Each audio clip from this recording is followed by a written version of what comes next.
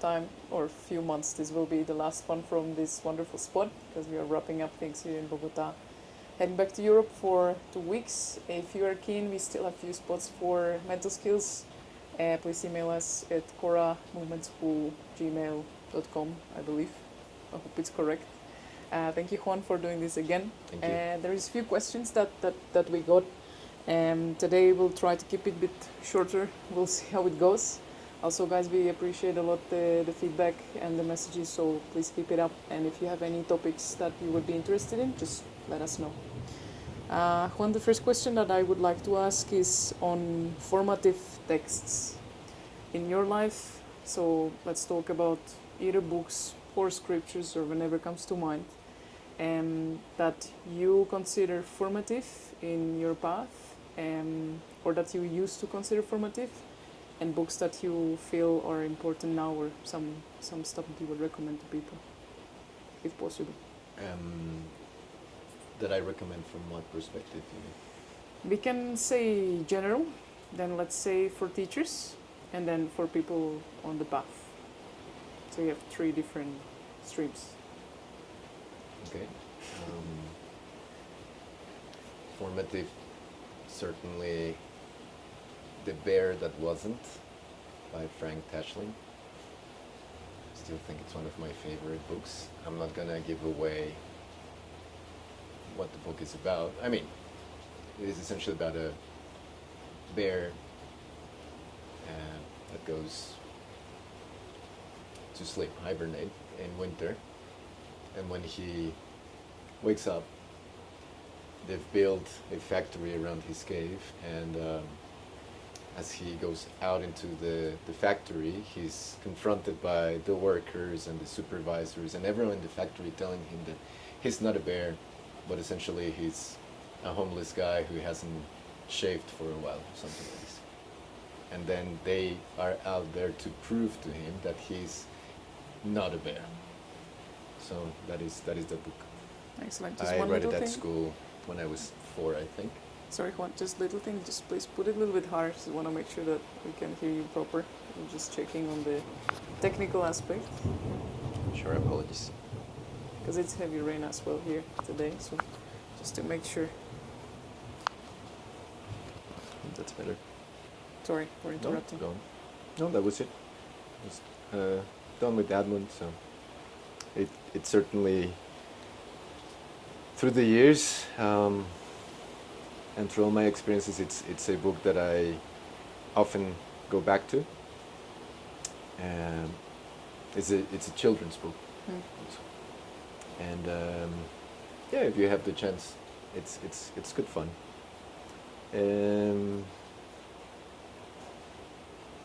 General, I think that one book that I've mentioned recently quite a bit is World War Zombie from Brooks. I think that it's nowadays a nice reference to have. It's like a geopolitical study of the world and different countries, and yeah, it's a humorous but informing reference to have if you want to understand also what is happening.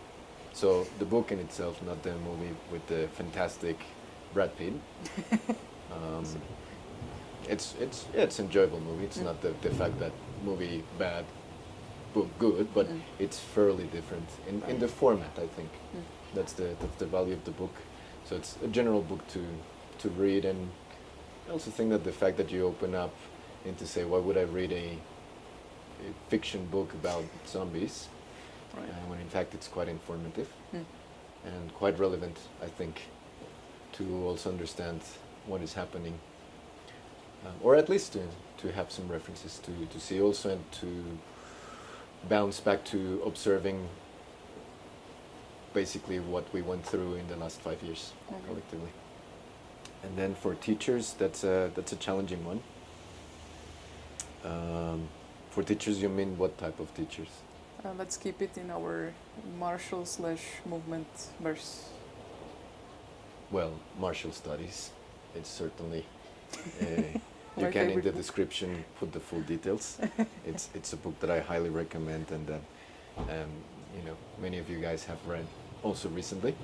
as we said, it would be one of the books to have as a reference before the upcoming intensive in Right. Thailand. So yeah, that's one that I would recommend for teachers in general.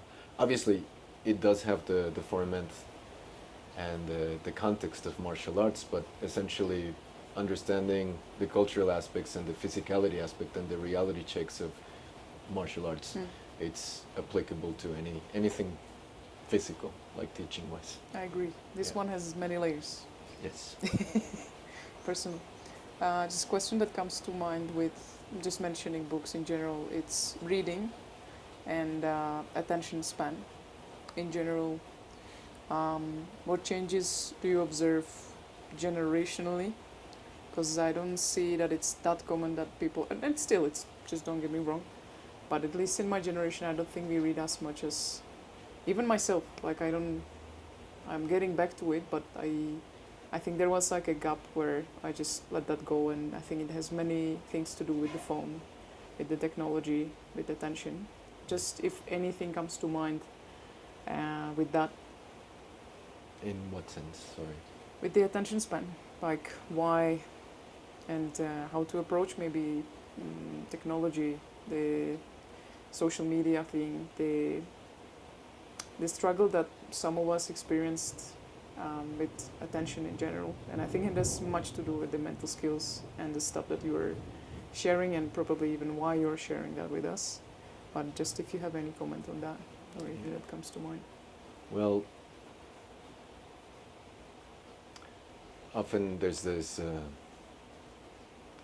position or critic nowadays when you are from an older generation now, like to say that younger generations want everything easy and the immediacy of it, and not understanding hard work and all of this, right? But at the same time, it would be unskillful to not acknowledge that things are very, very challenging nowadays for us. Obviously, in many ways, we have great conditions compared to a few centuries ago, for sure. But when it comes to what you were mentioning, let's also mention the fact that we live in a highly individualized culture and society globally, that this is promoted more and more, right? Like the cult of the individual. And then on top of that, we have all of the different mechanisms and platforms of social media that are engineered to overstimulate. So essentially we have a saturation of distraction, and we're being bombarded by information and just stuff continuously. And then on top of that, we also have an understanding from our neurology and our physiology to see how these things can be manipulated, right? And it's not necessarily from a perspective of an evil agenda from a cabal or anything like that, but even just understanding marketing and directing people to believe and feel certain ways, right? So, yes, indeed, we have this, that I observe also in a way that it's not, let's say, 100% informed, because I don't engage so much with these things, not from a higher ethics point of view, but simply because I'm from a different generation, right? I do enjoy social media platforms, but for the most is YouTube, right? Not necessarily the other ones. But there is certainly this rhythm that it's imposed, and that's why I was also mentioning the highly individualized ideals that we have, right? I'm not probably I sound like a communist, but that's not what I'm saying. Okay. That's not what I mean by Yeah, I that. see. But in that sense, when you see, for instance, I always give the perspective, if you do have the chance, this is probably on YouTube, and you were to search for Rocky 1, the trailer of the film, I doubt that younger generations would be able to sit through 10 seconds of that trailer. And then you see the tendencies whenever a movie is announced nowadays. Essentially, you see the whole movie in Like, 30 seconds. Yeah, I see. And that's necessary, otherwise you don't have the attention to stay there. Right? So there's that aspect in terms of duration, and how much is packed, but then also different aesthetics. Even like, don't get me wrong, I'm not criticizing him in that way, but if you were to see a trailer of a Michael Bay movie compared to something from the 80s, like the succession of images of films like Transformers and all of this, which nowadays is like 20 years ago, right? So imagine nowadays. It bombards you with that, and collectively we get used to that, right? There's an aspect of it that goes with development, for sure, so I'm not demonizing the thing, but it's undeniable that it changes how you perceive and organize certain things. And that's a reflection on anything else. It's like even the concept of what be popular. If you look at pop music in the 90s, it wouldn't be uncommon to find like a 6-minute song. Imagine a pop song here that's 6 minutes. Nowadays, forget about it. It has to be like 2 minutes or something like that. So it changes with time and the availability of the disposition, the access that we have to many things. Going back into reading, right? So it's always a balance thing, because I cannot demonize all the digital stuff and reading with those formats, right? I would be a hypocrite if I said like I only read on paper. I don't, because I don't have a home. Like, yes, we're here, but I travel all the time, so I have a Kindle, and that allows me to have hundreds of books there with me as I travel. I do enjoy paper. I do it, so it's not that I'm against that. I say like only, right? So it's always striking that balance. But if you don't observe and notice those things for yourself and understand that many of these things that are developed with a particular purpose that acknowledges and understands aspects of yourself better than you do, you don't have a chance against it. So basically, if you start to notice certain tendencies in your life, right, certain distancing between you and others, that's when you should probably consider changing something from that, right? Changing your dynamic. Exactly. But I cannot just demonize and say 100%. phone evil and all of this stuff. No, it's really. not up to me to dictate how things will change over time. And then you see it also with kids. It's almost as if the morphic field has something that they already have an intuitive way to navigate the way that the system of a tablet or a phone is, that many of us don't, and like, it's just the way it is. One more thing with the reading, because that's a recent discussion we had. It's the speed that you are able to read books with comprehension, which just important to say that I've witnessed you reading a book in an hour, and I also know that it's just practice. But if you have any tips, and I know that during intensives you already shared certain things with the memory. And I view this as part of something that can.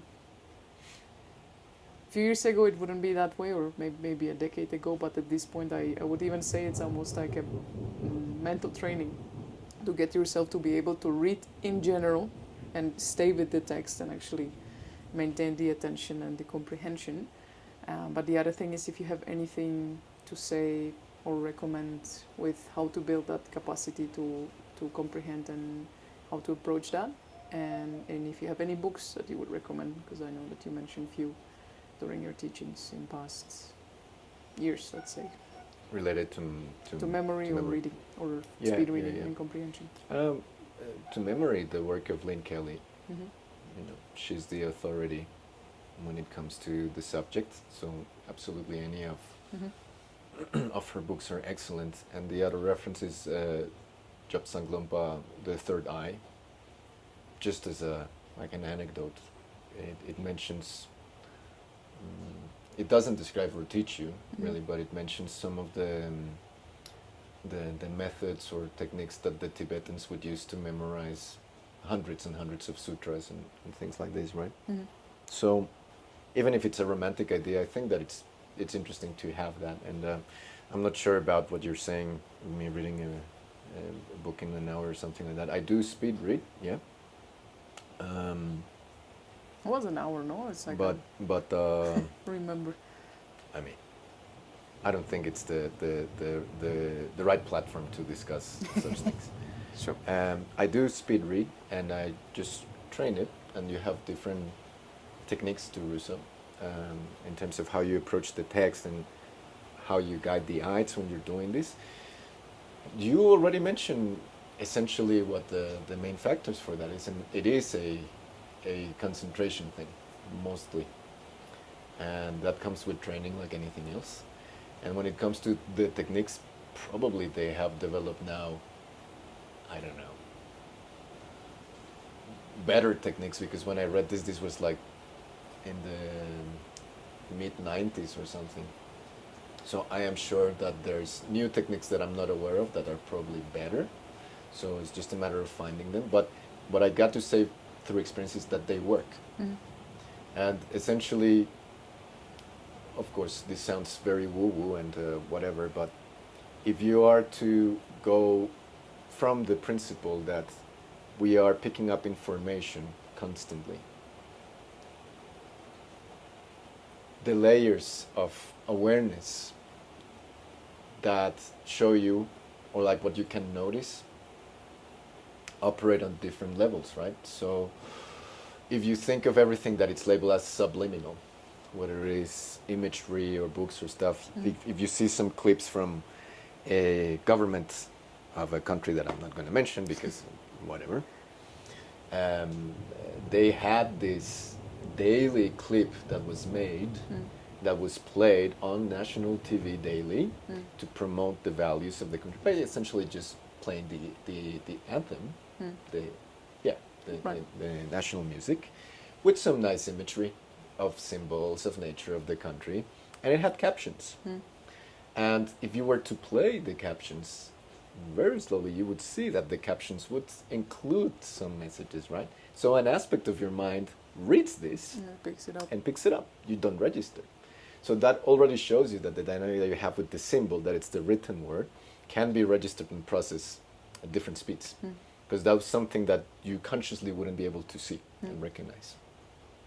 So from that perspective, it's just something that opens you to the potential of having a different dynamic with the reading process. And once you understand that it's possible, well, the ceiling goes higher. Because if anyone else tells you that, no, it's only possible to read this amount, that's what you believe, right? But it's important to go through that and acknowledge those factual examples, because it's not that I say, like, I shall read 1,000 pages in 5 minutes, and that's my reality. Sure. It doesn't work like that. So it's to confirm that and give you those examples, and you can go like, well, it is actually possible. But essentially, it's just a matter of concentration and aspects of mind. So the more aware you are with that, the more clarity you can have with the succession and the meaning of the things, right? And then it's also understanding language in itself and how words create meaning and convey and pass on information. And then you can approach it in a different way, right? Yeah, the main thing with that is, for me, it's always to understand the process of that, right? Because in the beginning, sitting for 30 minutes is something that seems impossible. Impossible. An hour, impossible. And you just develop through practice, you just do the work. Exactly. Similar thing with the reading. Because as for myself, I have the reference of how much I was learning when I was at uni. And I really appreciate that. Even though the system wasn't perfect, I really appreciate how much it taught me about learning. I wish someone would teach me how to concentrate or how to even formally develop that, because that's something that you either have or not. Some people have like the photographic memory, and some people have better memory, some don't. And what I wanted to point out, and one of the major things that I feel I'm learning and unlearning with you, is that it's all just a matter of practice and having almost like the right approach or sequence. Right. It's just a matter of that. It's not like I'm not the person for this just because I cannot do it. And that is, I think, topic for many people that I've got to work with as well. So thank you for that. One more thing that comes to mind, and I got this, I think I posted it on socials because it was a phrase that you used a few times during intensives, and that's eating bitter. And I would like you to elaborate on what does that mean to you, and what does that mean in what you are passing on. And anything that comes to mind with that. Eating bitter, it's something that it's commonly used in martial arts, in teaching martial arts, and maybe in many of them, but my introduction was through training Chinese martial arts like Kung Fu. And it was always this, you need to learn how to eat bitter. And we do have cultural references to this, right? That might appear even cruel or abusive from the perspective of the teacher, right? And this bitterness, it's not only the hardship physically, the discomfort that you might experience in the body when you're doing this, or boredom, or dealing with the mental struggles of some of the body work that basically gets you to do repetitive actions extensively for a long, long, long time, right?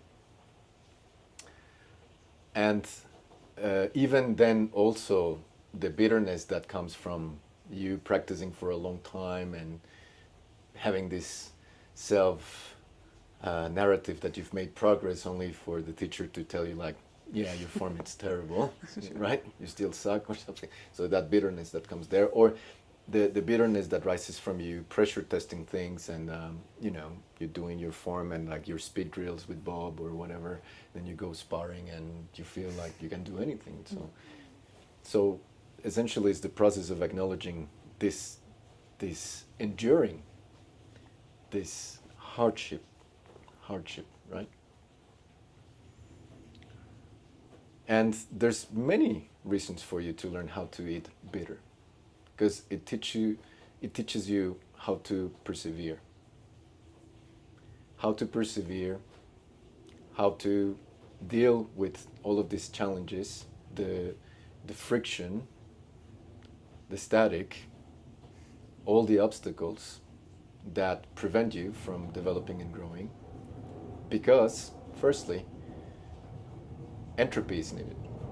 Entropy is needed for growth, right? And then at the same time, life is challenging. And life doesn't wait for you in many ways. So it's necessary to learn how to endure, how to continue, not because you must, but because you choose to. And that's when the real power is. There's no sweet without bitter, also. And if you don't acknowledge certain aspects of it, yes, this is difficult. Yes, this might contract my heart. Yes, this might be painful. This might seem unfair. If I place myself in that position, then I'm choosing. And that is the bigger lesson, that you actually realize that you always have a choice. And in that contrast is that you can actually find that. Certainly, it's something that works very well for many, because if you are of a certain type and you identify that that is a mechanism that allows for your growth, then you are not only accepting it, but it's almost as if you were looking for it, looking for more of it, which many times is misunderstood, right? In chastising yourself or punishing yourself. And I cannot recall exactly the name of the saint, but it was a saint who was in one of his prayers saying, "Please, God, deliver me more pain so I can be close to you." And eating bitter, essentially, if we are to discuss hardship and suffering and everything that it's important for your growth, it's coming to peace and acceptance of that dynamic, which then frees you completely and supports you in your path. And that's the importance of eating bitter. Thank you. You're welcome. Thank you for making us eating bitter. And another question that comes to mind with that, maybe from teacher perspective, is it requires loads of sensitivity to be able to facilitate that for others. And I feel that from your teachings, because there's been many things that I think many of us that that trained with you didn't consider, even if the 30 minutes of sitting in the beginning, for example, or guiding us through those 9 weeks where we're cultivating very specific things, I would call it from impossible to possible. And I really love the podcast that now I can enjoy in Spanish with Chris Luque. Because he's every time he brings that memories, it has a specific spark, because I know that for him it was a massive shift, and I think for many of us that it's a physical reference. It's no longer words. It's not that you are calling yourself I'm disciplined person, but you simply act according to certain things. You just have that reference. You know what you're capable of. So maybe a short question with being able to facilitate that and what it requires. Of course, I can foresee sensitivity, I can foresee experience, and choosing methods that are, to a certain extent, safe, if it's even a word, because nothing like that probably exists. Nothing is, 100% guaranteed. But if you have anything to say with that.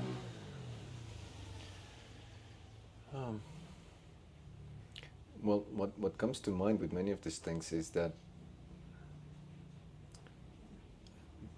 the conditions matter, and they matter quite a bit. And that's what also gives you a good perspective to appreciate the way things were done that otherwise would seem, problematic, abusive, backwards, whatever. So in essence, if you are framing things in a particular way, it's not a guarantee, but it's already helping guide things in a direction that already kickstarts that process even before you're doing it. So obviously there's always exceptions, but if you're choosing to move to the other side of the world with whatever that means in terms of your job and your family and everything you do, if you're willing to do that, go to the other side of the world for 9 weeks, right? Invest your time, your resources, your money into doing all of that. That already can indicate, and of course there can be exceptions, can indicate that you are in a particular place with yourself, within yourself, with what you're looking for, with what you are hoping to work towards, right? And that in itself takes care of the process. You still need to have, obviously, sensitivity and observation.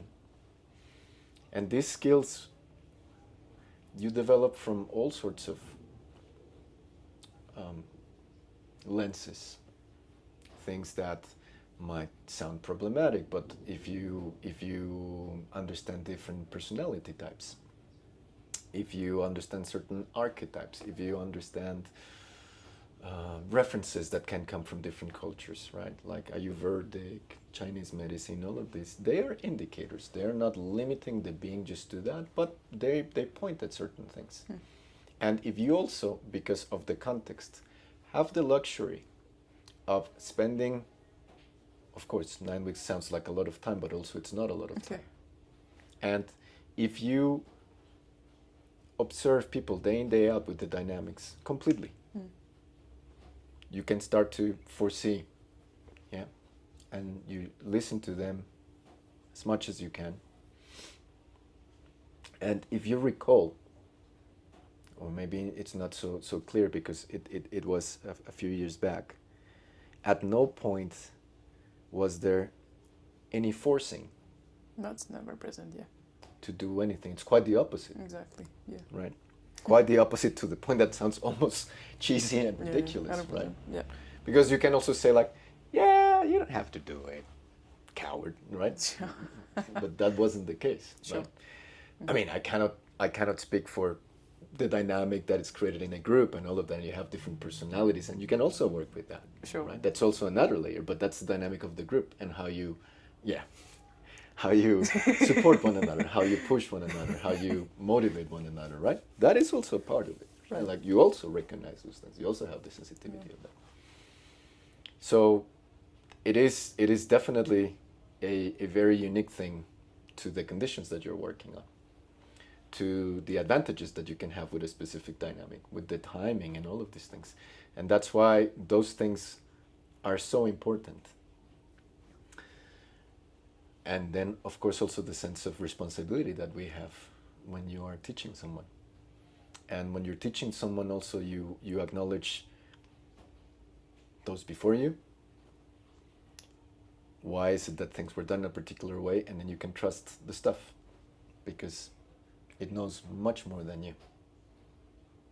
And essentially, when you keep perspective of that, you improve the odds, let's say, because there's no, Guarantee, you know, amazing, yeah. reducing or completely removing margin for Sure. for things to occur, right? Hmm. But certainly, context is very, very important. Understanding all of those dynamics, teaching wise, also for someone who's teaching to have clarity into what perspective there is. And it's not that one is superior or anything like that. As a matter of fact, I think that there's no contradiction in you being able to operate and interact with people on several layers simultaneously, right? So I always mention that in the sense of responsibility, it's very different when you have somebody who says like, you know, I want to be your apprentice and dedicate my life to share the art with you and like pass on what others have given to us, than the dynamic that you might have indirectly with somebody who might watch the clip tutorial Sure. or whatever that you published. Sure. At the end of the day, you hopefully have good intentions in what you're doing, that, but the dynamic of responsibility is very, very different. Mm. And when you understand those things, well, you can work with them in a more harmonious way. Yeah, thank you for that. Just want to share one thing that you mentioned recently, and I hope it's okay. And that was the example with if someone comes and asks you to teach them self-defense in an hour, it's going to be very different than if someone comes and dedicates 10 years to spend time around and learn a bit more profoundly in a way. And the expectations of that. You can still pass on something valuable within an hour, but it's going to be very different if you spend loads of time and dedicate loads of time to learning, right? That there are stages to that. And that has been something that helped me from teaching perspective to take a bit of pressure of something like an expectation I have on myself on what I want to pass in a few hours or in a weekend, because it is always an opportunity, and I think I value that more than ever before, thanks to seeing and being around you in many ways. So thank you for that. You're welcome. One more thing that I probably would like to close the garage talk from Bogota. It's also recent. If you can elaborate on discipline, because it's a word that is being tossed around and it has many, many meanings. I know there is a very particular definition that we discussed recently, and I was very grateful for that because it was an excellent insight. But anything that comes to mind, because I think there is many perspectives how to look at that. I also see that it can be very twisted in exactly in a way that you push yourself into something that you don't, might not even be yours. But at the same time, yeah, anything that comes to mind from your perspective. I think that your own view on that topic, it's probably more valuable actually. So I would much rather prefer you discuss what that means to you currently and how you observe that in yourself and the people who you're teaching. It would be a separate video. That will be a separate video. No, probably I'll try to film something on that. That's a valuable question, but I would love to hear your perspective. Because you, from let's say from outside, at least in my eyes, before I've met you in person, I think I had you as a disciplined person, as one of the most disciplined people and I just heard, stories from close friend and read articles and knew you from the culture, but you were considered disciplined person, which was signed to your, I don't know, work ethic and your skills and all these things. But what is your current perspective on what discipline is, and how important is that in a student's from students' perspective as well? I honestly think that I do appreciate very much how you recognize the value in what I was saying, but I believe that the format of discussing that without the context, it's not very skillful. Mm-hmm. Because if you approach it like that, which in essence I was just talking about discipline from a purely mechanistic point of view, it's unfair for the individual to hear certain things like that without the context. Because in an essence, although my perspective is that everything is purely the way of nature, let's call it, within the way in which you can share this information, which might be seen by a few people, I don't believe it's the best format, because it can generate a very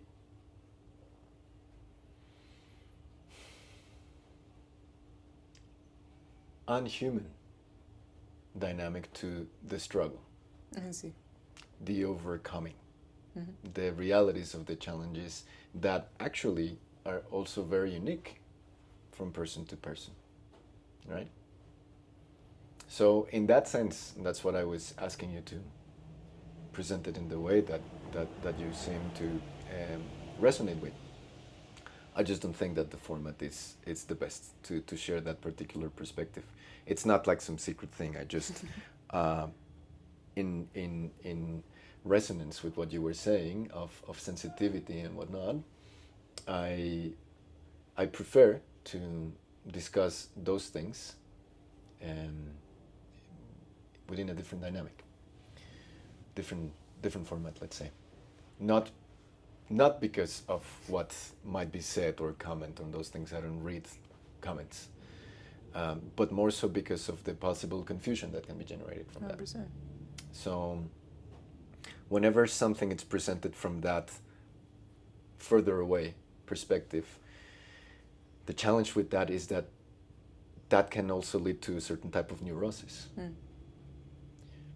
If I'm aligned with understanding right vehicle and skillful means when I'm teaching, it's also relatively simple to observe nowadays how if you align yourself with the highest vehicle and then you go by you're the clear light of mind and sunyata, well, no wonder this results in so much neurosis.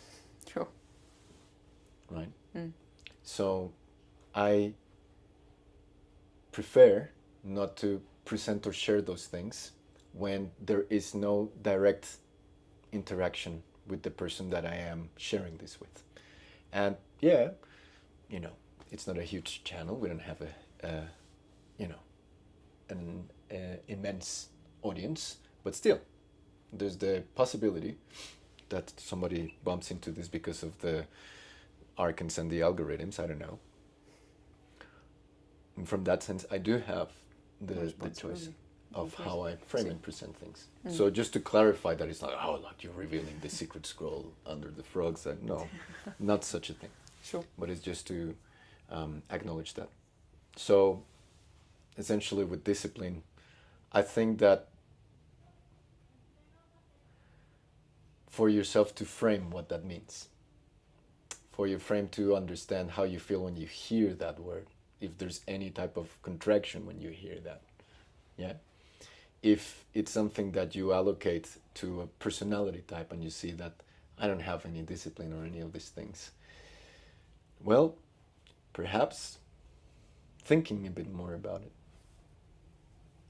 reflecting on it by observing you, can open up the scope of as to what that actually means and what that actually does, right? Is discipline a state of being? Is discipline a sense of direction? Is it a strategy? What is it for you? And then take it from there. Yeah. Meeting people where they are. Exactly. I think that speaks volumes on the way you approach teaching in general. and it's not about, you know, secrets and stuff like that, but it's just, I know that you prefer meeting with people in person because it's just completely different dynamic than through media and so on, and the levels of responsibility for what we are putting out there in general. That's something to contemplate for sure. Yeah, I don't deny the amazing impact that you can have through, you know, sharing and contributing in all sorts of platforms and formats. So it's just a choice. I'm not saying that it's the only way, the rightful way, the superior way or anything, 100%. but it's just the way that I choose to do it. That it's all. And you know, you cannot prevent the world from being the world or any of these things, but you do have choices, and I try to work with that. That is all. 100%. Yeah. Alrighty, any final comments? No, thank you for the initiative once more.